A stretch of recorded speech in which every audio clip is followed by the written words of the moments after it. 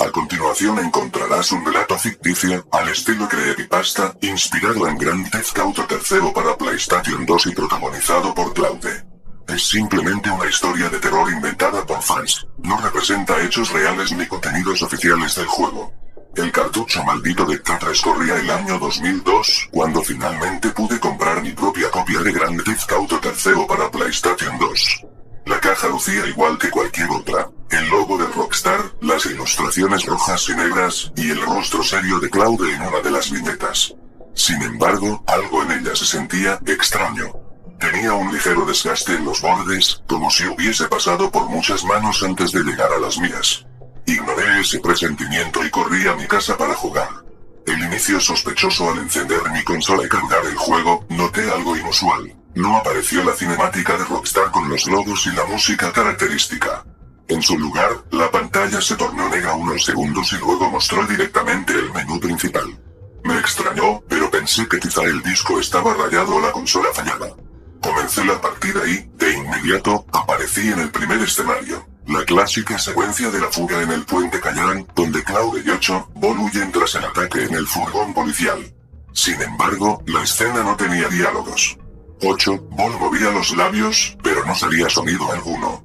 Claude, que de por sí es mudo en el juego, lucía más inexpresivo que nunca. Continué. Tras la introducción, me encontré en Portland, como siempre. Todo parecía normal. Coches pasando, peatones caminando y los letreros luminosos. Sin embargo, había algo raro en la atmósfera.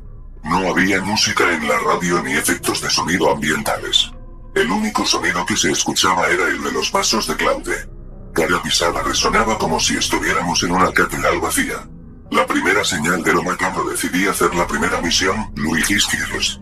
Subí al coche, pero noté que los radios estaban silenciosos, aunque las pantallas en el salpicadero mostraban nombres de canciones inexistentes, como The Art Frequency Suboy de FM.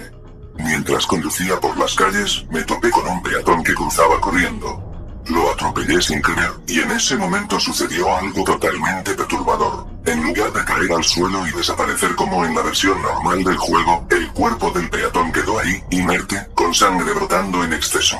Era mucho más detallado de lo que K3 jamás había mostrado. Pude ver heridas abiertas, huesos asomándose. Y, lo peor, el peatón soltó un grito ahogado, casi humano, que retumbó en mis auriculares. La misión se completó sin más incidentes. Pero ya estaba inquieto. Apagué la consola y pensé que tal vez mi copia estaba hackeada o modificada. Sin embargo, la curiosidad me pudo más, y volví a encenderla al día siguiente. Encuentro con la oscuridad esta vez. Al cargar la partida, Claude aparecía en un callejón cerca de Ammonation. No había música ni efectos de fondo. Al caminar hacia la tienda, noté que la puerta estaba abierta de par en par y dentro no había nadie. Al fondo, entre las sombras, se veían manchas rojas, como salpicaduras de sangre. Avancé con cuidado y, de pronto, la pantalla se puso en blanco y negro. Apareció una escena extraña. Claude sostenía un cuchillo. Frente a él, había un grupo de enemigos sin rostro, como si sus texturas no hubieran cargado. Comenzaron a atacarme con cuchillos y baits de béisbol. La sangre saltaba con cada golpe, y en lugar de perder vida de la manera habitual, la pantalla mostraba cada herida en el cuerpo de Claude, como si se abrieran cortes reales en su modelo poligonal. Sin embargo, cuando contraatacaba, era mucho más brutal que en el juego normal. Con un solo tajo, Claude partía a los enemigos a la mitad. Sus órganos y huesos estaban detallados con un realismo imposible para la PlayStation 2. La secuencia terminó con Claude de pie sobre un charco de sangre y trozos de cuerpos irreconocibles. Sin previo aviso, la pantalla se congeló, se oyó un crujido muy fuerte, como si el disco se atascara, y todo se tornó negro. La ciudad desierta al recargar, Claude apareció en medio de Portland, pero la ciudad estaba desierta. Ni un solo coche. Ni un peatón. La niebla cubría las calles, y el único sonido era un latido constante, como si fuera un corazón palpitando. Comencé a caminar sin rumbo, buscando alguna misión o algún indicador en el mapa. Pero no había nada. De pronto, escuché pasos detrás de mí. Cuando giré la cámara, vi a un hombre con la cara totalmente oscurecida, como si fuera una sombra ambulante. El modelo parecía el de un peatón genérico, pero sin rasgos ni texturas. Solo 2 puntos rojos en donde deberían estar los ojos.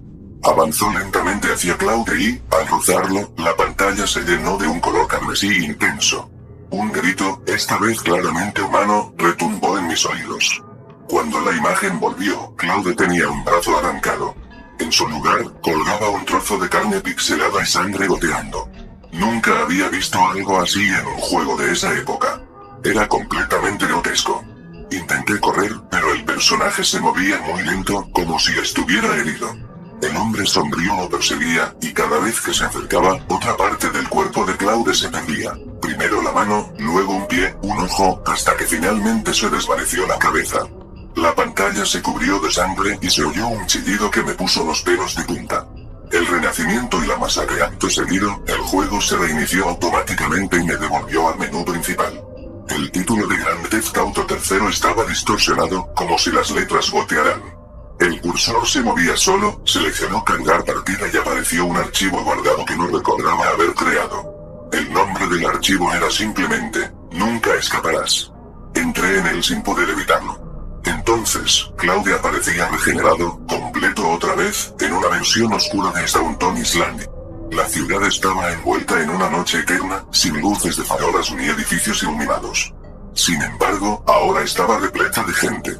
Cientos, miles de peatones, todos con los rostros deformados o carentes de facciones. En cuanto me vieron, se abalanzaron sobre Claude. Instintivamente, cambié a la pistola, pero la munición era infinita. Comencé a disparar, y cada tiro producía un efecto horrible. Los cuerpos explotaban en una nube de vísceras y órganos imposibles de describir. Mientras más disparaba, más gente aparecía, y la masacre crecía sin control. La sangre corría por las calles formando ríos rojos, y los gritos eran tan realistas que parecía estar viendo una película de terror. Sentía una mezcla de náuseas y fascinación enfermiza. El final imposible después de lo que parecieron horas de disparos, la multitud desapareció. Solo quedaban montones de cadáveres y miembros cercenados. En ese momento, Claude se giró lentamente hacia la cámara, como si supiera que yo estaba allí, observándolo. Sus ojos, antes inexpresivos, se clavaron en mí. Su boca se abrió, pronunciando unas palabras que no deberían existir en el juego. Tú me obligaste, ahora soy tu pesadilla. La pantalla se fundió en negro y, de pronto, mi televisor se apagó solo. La consola se reinició, y cuando la encendí de nuevo, el disco no aparecía como Grand Theft Auto III. La consola lo leía, pero mostraba un mensaje de error. Parecía que el juego se había corrompido. Esa noche apenas pude dormir. Soñé con Claude y con esos seres sin rostro que me perseguían. Por la mañana, quise probar el juego de nuevo, esperando que todo hubiera sido algún tipo de alucinación o un mod extraño. Pero el disco simplemente no arrancaba. Era como si se hubiese autodestruido. Epílogo. Desde entonces, guardé la caja de Grand Theft Auto III en el fondo de un cajón, rehusándome a tocarla otra vez. A veces, todavía puedo oír los gritos que resonaron aquella noche. Cada vez que veo una copia del juego, siento un escalofrío en la espalda, temiendo que alguien más pueda experimentar la misma pesadilla que yo viví. Dicen que hay copias malditas que circulan por tiendas de segunda mano, discos que se niegan a morir y se pasan de jugador en jugador, extendiendo la maldición. Así que, si alguna vez encuentras un ejemplar de Tetris con la portada ligeramente desgastada y un inicio sin las cinemáticas de Rockstar, tal vez sea el mismo cartucho maldito. Y si te atreves a jugarlo, prepárate para un viaje sangriento que jamás podrás olvidar. Nota: este relato es puramente ficticio y se inspira en la estética de las creepypastas. No representa el contenido real de Grand Theft Auto III ni ninguna versión oficial del juego. Disfruta de la ficción con responsabilidad.